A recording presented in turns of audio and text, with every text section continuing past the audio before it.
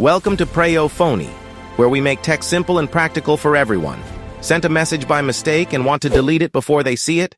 Today, I'll show you how to unsend messages on Messenger using Android in seconds. Step 1. Open Messenger app. Launch the Messenger app on your Android device. Go to the conversation where you sent the message. Step 2.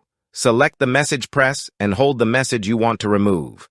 This will open a quick action menu at the bottom. Step 3. Tap Delete option.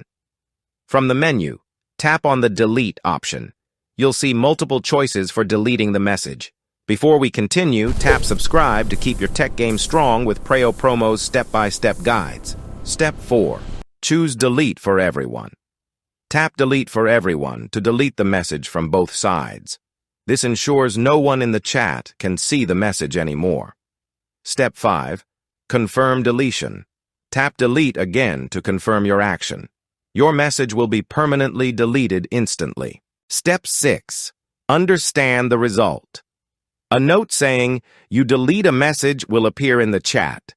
This text is visible to everyone even after deletion, and that's how you can quickly unsend messages on Messenger Android. Subscribe for more smart tech tutorials.